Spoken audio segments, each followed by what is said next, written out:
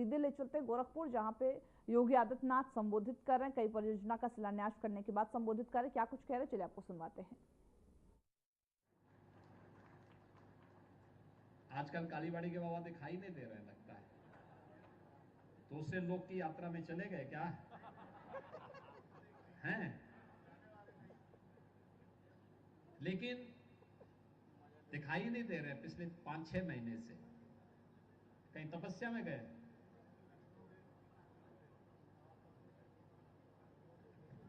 लेकिन अब मैंने सुना है काफी बड़ा बन गया है।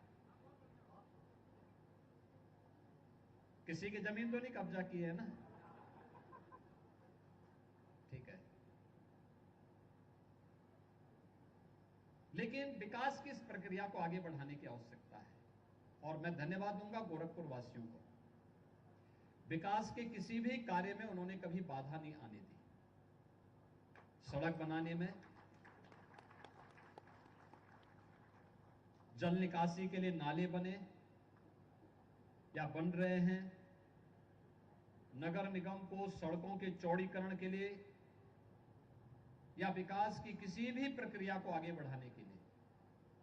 आज तो गोरखपुर में एम्स भी है, फर्टिलाइजर भी है, रामगढ़ ताल भी है।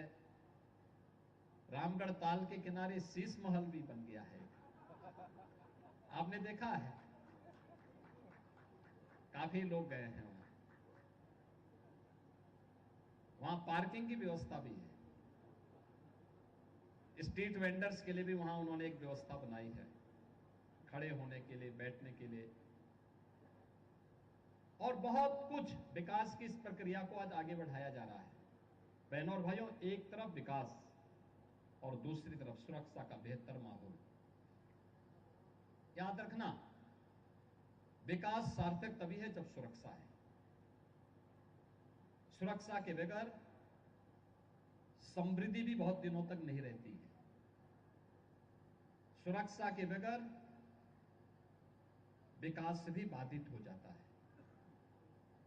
17 के पहले विकास इसलिए नहीं हो पाता था क्योंकि सुरक्षा की व्यवस्था नहीं थी। सरकार के पैरेलल माफिया गैंग खड़े थे, भ्रष्टाचारी खड़े थे। कोई योजना आती थी, हड़प जाते थे। किसी गरीब की जमीन पर, किसी व्यापारी की जमीन पर, किसी भी सज्जन की जमीन पर जबरदस्ती कब्जा कर लेते थे। लेकिन आज कोई कब्जा नहीं कर सकता। आज कब्जा करेगा तो उसका मालूम है कि फिर लेने के देने पड़ जाएंगे, लेने के देने पड़ जाएंगे, इसलिए कोई कब्जा नहीं करेगा आज के दिन पे। और यह भी तय है कि बेटी को कोई छेड़ेगा और व्यापारी को कोई छेड़ेगा तो फिर यमराज के घर का रास्ता भी उसका खुल जाएगा। अब तो एक एक जगह सीसीटीवी कैमरे लगाए जा चुके हैं। सुरक्षा का बेहतर माहौल बनाया गया है। सुरक्षा का जो माहौल बना है प्रदेश में, आज उसी का परिणाम है। प्रदेश तेजी के साथ आगे बढ़ रहा है। गोरखपुर हो, काशी हो, अयोध्या हो, प्रयागराज हो, लखनऊ हो या प्रदेश का कोई अन्य सिटी, कोई अन्य जनपद विकास भी कर रहा है, विरासत का संरक्षण भी कर रहा है। विरासत का संरक्षण हो रहा है तो युवाओं को रोजगार भी मिल रहा है। अभी हम लोगों ने लखनऊ में, इससे ठीक पहले मैं लखनऊ में था, ब्रह्मोस मिसाइल का हमने वहां उद्घाटन किया। ब्रह्मोस मिसाइल अभी आपने देखा होगा, आपने देखा होगा 2 दिन पहले। आतंकियों का जो सबसे बड़ा आतंकी राष्ट्र है पाकिस्तान, पाकिस्तान के एक जहाज को जिस मिसाइल ने निशाना बनाया था, उस मिसाइल का नाम है ब्रह्मोस मिसाइल। ये मिसाइल अब लखनऊ में ही बनने वाली है। लखनऊ से फिट करेंगे तो दुश्मन और दुश्मन के आका भी काम जाएंगे।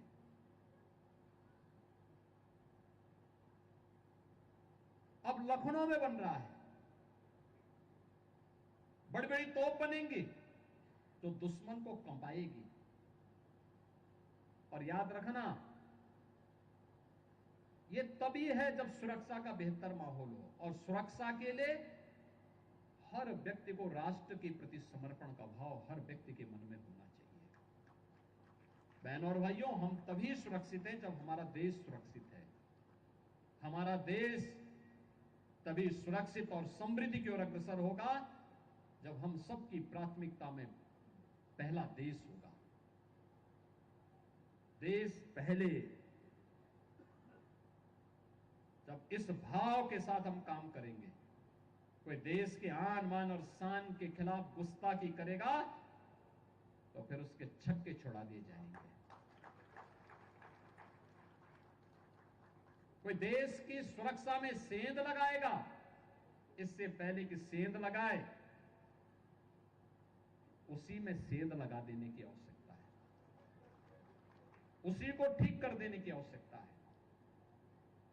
कोई भी ऐसा बयान जो देश के खिलाफ और सुरक्षा बलों के जवानों के मनोबल को तोड़ने वाला है, तत्काल उसके खिलाफ जनता को जागरूक करने की आवश्यकता है, बताने की आवश्यकता है कि छद्म रूप में बैठे हुए इन लोगों से सावधान हो, इन लोगों से संबंध तोड़ो, इनका बहिष्कार करो, क्योंकि अंततः देश की लड़ाई हम सबकी लड़ाई होनी चाहिए। देश का सम्मान हम सबका सम्मान होना चाहिए, और उस भाव के साथ जब हम काम करेंगे तभी हमारी आध्यात्मिक विरासत, तभी हमारी समृद्धि और तभी हमारी सुरक्षा इस रूप में संरक्षित रह पाएगी। आज के इस अवसर पर योगदास सत्संग सोसाइटी से जुड़े हुए सभी पदाधिकारियों का मैं हृदय से अभिनंदन करता हूं। मुक्तिपुर में और गोरखपुर में यह एक नई धरोहर आपको यहां पर प्राप्त हो रही है, जो 132 वर्ष के बाद यहां के लोग भी भूल गए थे। यहां के लोग भूल गए थे कि यहां पे कभी योगानंद परमहंस जी का जन्म हुआ था, पता ही नहीं था लोगों को। लेकिन अब वह परंपरा आगे बढ़ रही है, लोगों को पता होगा। आप कहीं जाएंगे और दुनिया के अंदर जिस भी देश में जाएंगे, खासतौर पर यूएस जाएंगे, वही जम्मू कश्मीर के आरएसपुरा सेक्टर में सीमा पार से गोलीबारी में जहां वीर गति को प्राप्त हुए राइफलमैन सुनील कुमार के पार्थिव शरीर को अंतिम संस्कार के लिए लाया गया। जम्मू कश्मीर के उपराज्यपाल मनोज सिन्हा ने अंतिम श्रद्धांजलि अर्पित की, तो वही दूसरी तस्वीर में राजस्थान के झुंझुनू के सार्जेंट सुरेंद्र मोगा का पार्थिव शरीर के मंडावा गांव के उनके निवास पर लाया गया। आरएसपुरा सेक्टर में पाकिस्तान की ओर से की गई गोलीबारी के दौरान ही ड्यूटी के दौरान ये दोनों ही वीर गति को प्राप्त हुए थे, और इन वीर के सपूतों को अंतिम विदाई दी गई है। हालांकि ये नम आंखों से अंतिम विदाई जरूर दी गई है, लेकिन इनके जो काम थे उनको याद किया जाएगा और इनको पूरा देश सलाम करता है।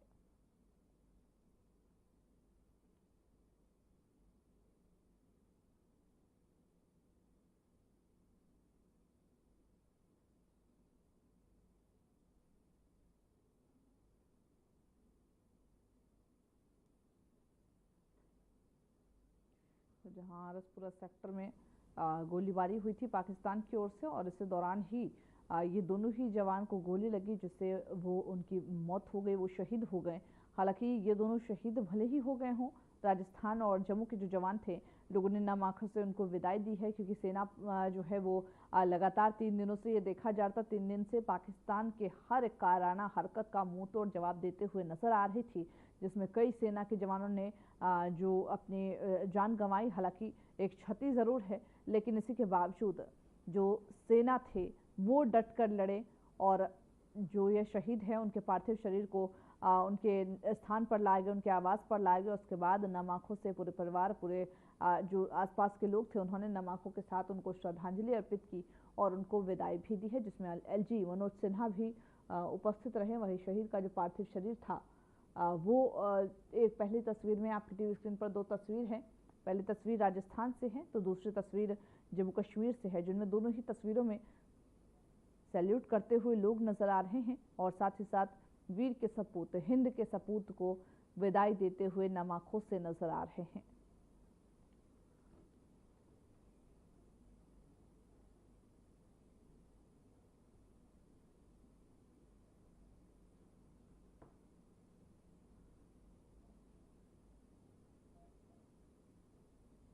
वारसपुरा सेक्टर में गोलीबारी में शहीद हुए जो जवान थे उनको नम आंखों के साथ विदाई दी गई है।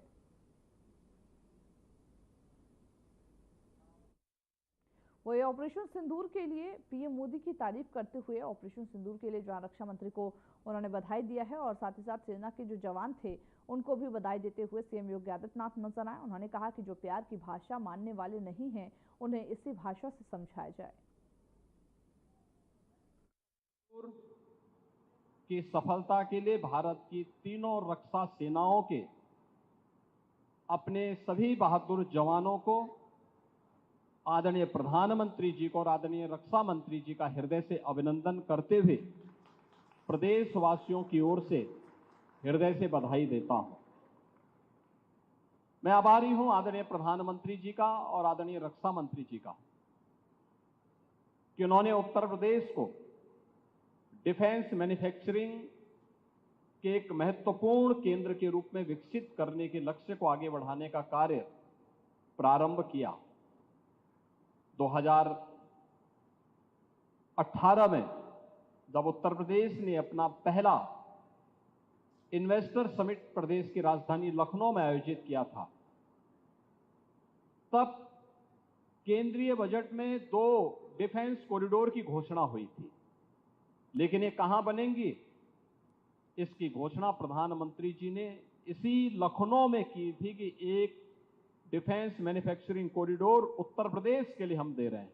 ब्रह्मोस मिसाइल क्या होती है, अभी आपने ऑपरेशन सिंदूर के अंदर इस मिसाइल के पराक्रम की एक झलक देखी होगी, और नहीं देखी होगी तो कम से कम पाकिस्तान वालों से पूछ लेना चाहिए कि ब्रह्मोस मिसाइल की ताकत क्या है।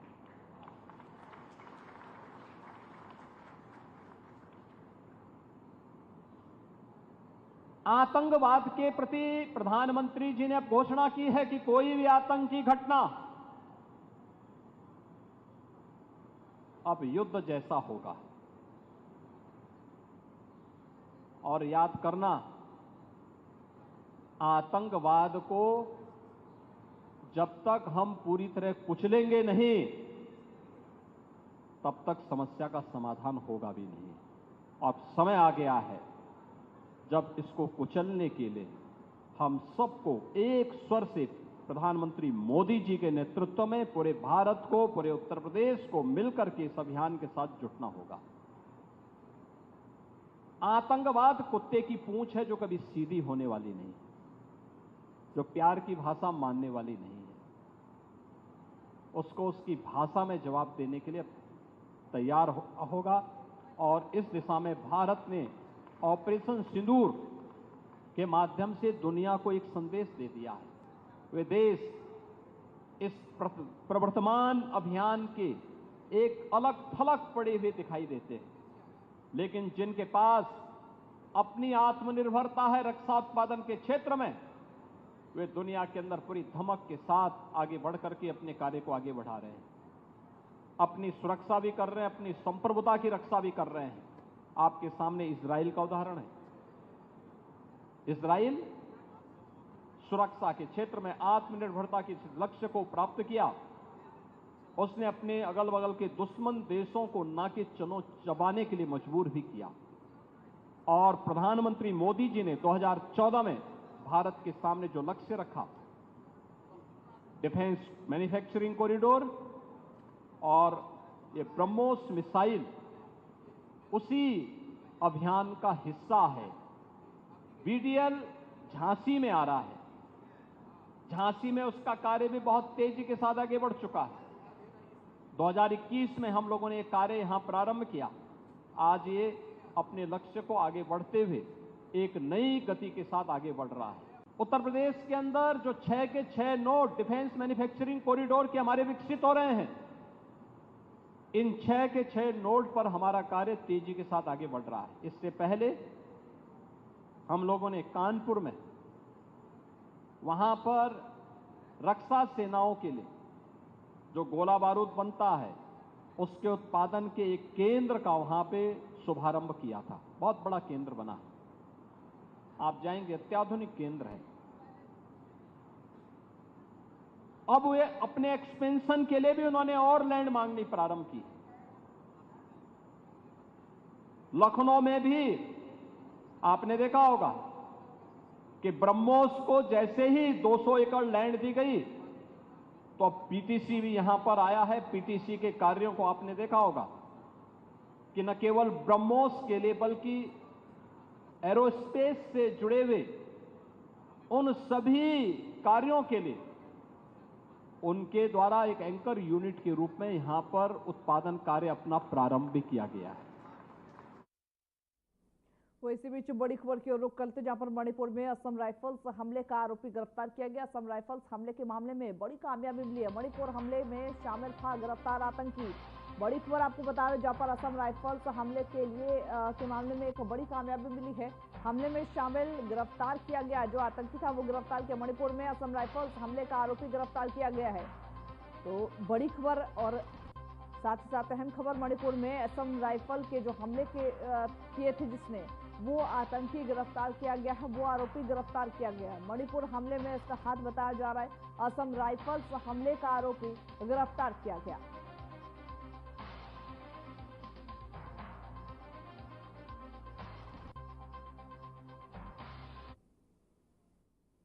पाकिस्तान और पीओके स्थित आतंकी ठिकानों पर भारतीय कार्रवाई के जवाब में पाकिस्तान द्वारा नागरिक क्षेत्रों को निशाना बनाए जाने के बाद जम्मू कश्मीर के पुंछ में हालात तनावपूर्ण हो गए थे।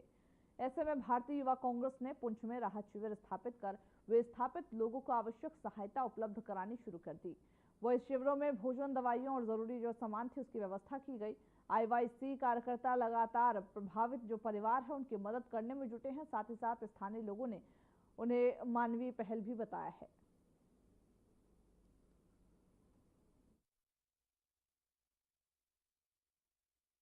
वही जम्मू कश्मीर के आरएसपुरा सेक्टर में सीमा पार से हुई गोलीबारी में शहीद हुए राइफलमैन सुनील कुमार का पार्थिव शरीर आज अंतिम संस्कार के लिए उनके पैतृक गांव लाया गया। जवान की शहादत की खबर से पूरे गांव में शोक की लहर दौड़ गई। अंतिम यात्रा में भारी संख्या में लोग शामिल हुए और भारत माता की जय के नारों से जहां शहीद को नम आंखों से विदाई दिया। सेना और प्रशासन के अधिकारी भी मौजूद रहे और सैन्य सम्मान के साथ अंतिम संस्कार संपन्न हुआ।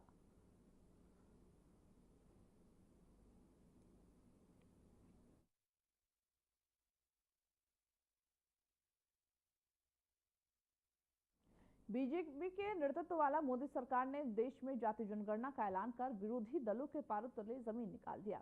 जिस मुद्दे के दम पर समाजवादी पार्टी यूपी में 2027 विधानसभा चुनाव में फतेह हासिल करने का सपना देख रही थी, बीजेपी ने उसकी हवा निकाल दी। 2024 के नतीजों के बाद से बीजेपी को 2027 की चिंता सता रही थी। इस ऐलान के बाद बीजेपी मिशन 2027 को धार देने में जुट गई है। देखिए इस रिपोर्ट को। मोदी सरकार ने जातिगत जनगणना का ऐतिहासिक फैसला लिया है। सामाजिक समानता और हर वर्ग के अधिकारों के प्रति उठाए गए इस मजबूत कदम का असर हर राज्य में देखने को मिलेगा। देश में जातिगत जनगणना कराने में केंद्र सरकार के फैसले का बड़ा असर उत्तर प्रदेश की राजनीति पर भी दिखाई दे सकता है। यूपी की राजनीति मंडल और कमंडल के इर्द गिर्द घूमती है। ऐसे में सत्ता में बैठी बीजेपी के पास हिंदुत्व के साथ साथ जातियों को साधने का बड़ा हथियार इस फैसले से मिल गया है। तो वही इसमें क्रेडिट की होड़ भी शुरू हो गई है। जहां बीजेपी के मंत्री इसे बीजेपी की योजना बता रहे हैं तो विपक्ष इसे पीडीए की सोच बता रहा। बहुत समझदार है, वो देखती है कि कौन सिर्फ चुनावी जुमलेबाजी करता है, कौन सिर्फ सियासी लफबाजी करता है और कौन वाकई में जो मांग जनता के बीच से उठ रही है उस पर निर्णय करता है। और हमारी सरकार ने कास्ट सेंसस का, जाति आधारित जनगणना का निर्णय किया है और ये देश के सामने है, इसलिए देशवासियों को किसी प्रकार की कोई गलतफहमी नहीं है। साथी को जोड़ करके हम समाजवादी पार्टी के लोग बहुत ही प्रसन्न हैं, खुश हैं। हम उनका बहुत बहुत धन्यवाद और उनके साथ जितने साथी आए हैं हम उन सब का स्वागत करते हैं, बधाई देते हैं। मंडल और कमंडल के इर्द गिर्द यूपी की राजनीति। कमंडल की राजनीति करने वाले बीजेपी सत्ता में मजबूती से बैठी है। ऐसे में विपक्ष के जाति कार्ड का एक बड़ा जवाब इस फैसले से बीजेपी को मिल गया है। 2 साल बाद साल 2027 में यूपी में विधानसभा चुनाव होना है।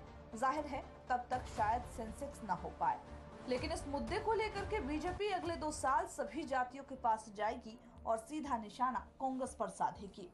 देश की सत्ता में सबसे लंबे समय तक राज करने वाली कांग्रेस भले ही जाति जनगणना की मांग कर रही हो, लेकिन अब बीजेपी कांग्रेस पर यह कहकर हमला करेगी कि आजादी के बाद 1951 में कांग्रेस ने जाति जनगणना नहीं होने दिया। बीजेपी के तमाम पिछड़े नेता जिसकी जितनी संख्या भारी उसकी उतनी हिस्सेदारी का नारा देते रहे हैं।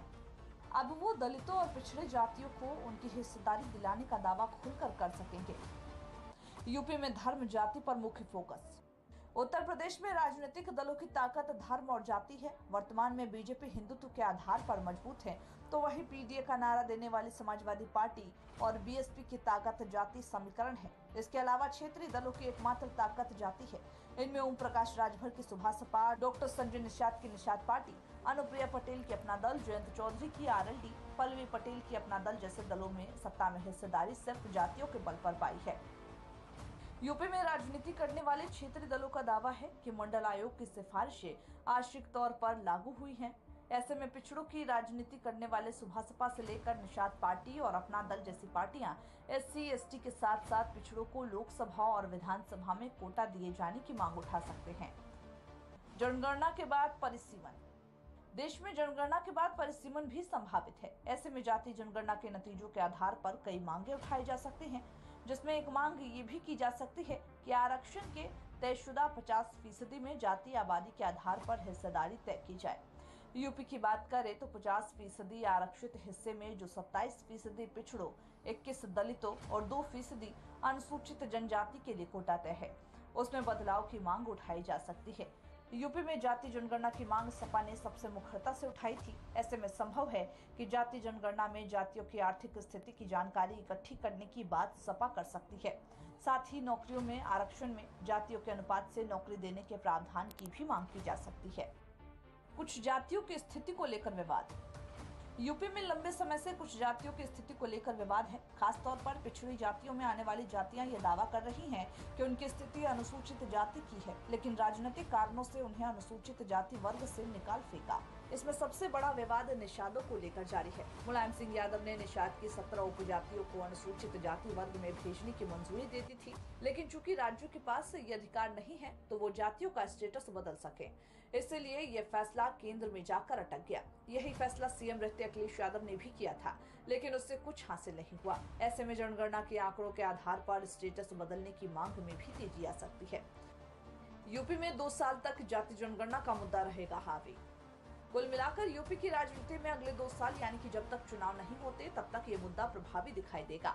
एक तरफ सीएम योगी आदित्यनाथ अपने कमंडल वाली राजनीति के साथ मंडल को अपना हथियार बनाएंगे, वही विपक्ष अब केंद्र के जातीय जनगणना के फैसले के आधार पर नए तरीके से जातीय समीकरण साधने का प्रयोग करते दिखाई देगी। बीते सप्ताह कैबिनेट मंत्री के बाद इस अहम फैसले का ऐलान हुआ था। केंद्रीय मंत्री अश्विनी वैष्णव ने इसकी जानकारी दी थी। इस तरह अब की बार होने वाली जनगणना में जाति का कॉलम भी जुड़ जाएगा और घर घर जाने वाले सरकारी कर्मचारी करीब 30 सवाल पूछेंगे। इनमें एक अहम सवाल यह भी भरना होगा कि उनकी जाति क्या है। अब तक धर्म ही पूछा जाता था, फिर सामाजिक वर्ग पूछा जाता था, लेकिन पहली बार देश में जाति भी जनगणना के दौरान पूछी जाएगी। ऐसा इसलिए किया जा रहा ताकि ये पता लगाया जा सके कि किस जाति के कितने लोग या फिर सामाजिक योजनाओं को उसके अनुसार ही तय किया जा सके। यही नहीं, आरक्षण को लेकर के भी मांग उठाई जा रही है कि जातिगत जनगणना के बाद 50% की लिमिट को खत्म किया जाए। इस संबंध में कांग्रेस अध्यक्ष मल्लिकार्जुन खड़गे ने पीएम नरेंद्र मोदी को पत्र भी लिखा। उनका कहना था कि आरक्षण की 50% लिमिट को खत्म किया जाए और उसके लिए संसद में प्रस्ताव लाया जाए। खड़गे ने मांग की कि संविधान संशोधन के माध्यम से लिमिट खत्म की जाए। इसके अतिरिक्त निजी शिक्षण संस्थानों से भी आरक्षण की मांग दोहराई है। दरअसल जातिगत जनगणना के बाद कई मसलों पर राजनीति तेज हो गई है। ऐसे में अगले कुछ साल इस लिहाज से अहम होंगे। आइए जानते हैं कि जातिगत जनगणना के बाद कौन सी मांगे तेज हो सकती हैं। जातिगत आरक्षण की लिमिट तोड़ने की मांग। जनगणना में जातियों की गिनती होने के बाद अगली लड़ाई जातिगत आरक्षण की सीमा 50% से ज्यादा करने की मांग हो सकती है। इंदिरा साहनी केस में सुप्रीम कोर्ट ने आदेश दिया था कि जातिगत आरक्षण की सीमा 50% से ज्यादा नहीं हो सकती। आर्थिक पिछड़ा वर्ग यानी कि EWS के लिए भी जब 10% आरक्षण तय हुआ था तो यह मामला सुप्रीम कोर्ट पहुंचा था, लेकिन अदालत ने यह कहते हुए इसे सही करार दिया, बल्कि आर्थिक स्थिति के नाम पर दिया जा रहा। ऐसे में 50% वाली लिमिट इस मामले में लागू नहीं होती। लेकिन अब यदि OBC SC ST की कुल आबादी 70% के करीब निकला तो फिर से पुरानी मांग तेज हो सकती है। अनुमान यह भी है कि इन वर्गों की कुल आबादी लगभग 70% ही है। कोटे में कोटा की नीति भी पकड़ेगी जोर।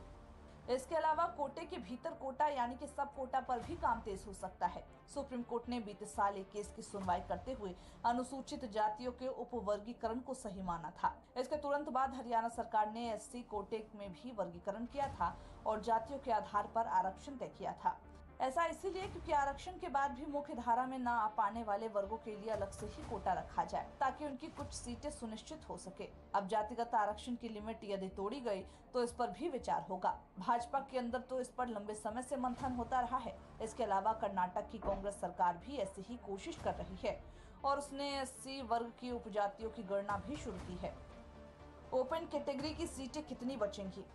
एक अहम सवाल यह भी रहेगा कि यदि जातिगत आरक्षण की सीमा बढ़ती है तो किस हद तक जाएगी। 10% ईडब्ल्यूएस कोटा पहले से लागू है। इसके अलावा जातिगत आरक्षण भी 49.5% है। ऐसे में यदि जातिगत आरक्षण की सीमा बढ़ती है तो वह कितनी होगी और ईडब्ल्यूएस को भी मिला तो आखिर ओपन कैटेगरी के लिए कितनी सीटें बचेंगी, यह अहम सवाल है। क्योंकि जातिगत आरक्षण के दायरे और फिर आर्थिक रेखा से भी बाहर रहने वाले लोगों के लिए आखिर कितनी सीटें बचेंगी, यह भी एक प्रश्न है जिसके जवाब के लिए फिलहाल इंतजार करना होगा।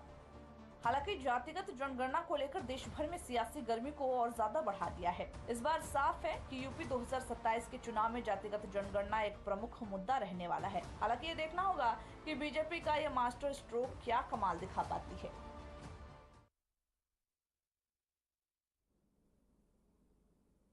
तो चलिए खबरों के हमारे इस बुलेटिन में बस इतना ही। मुझे दीजिए इजाजत। नमस्कार।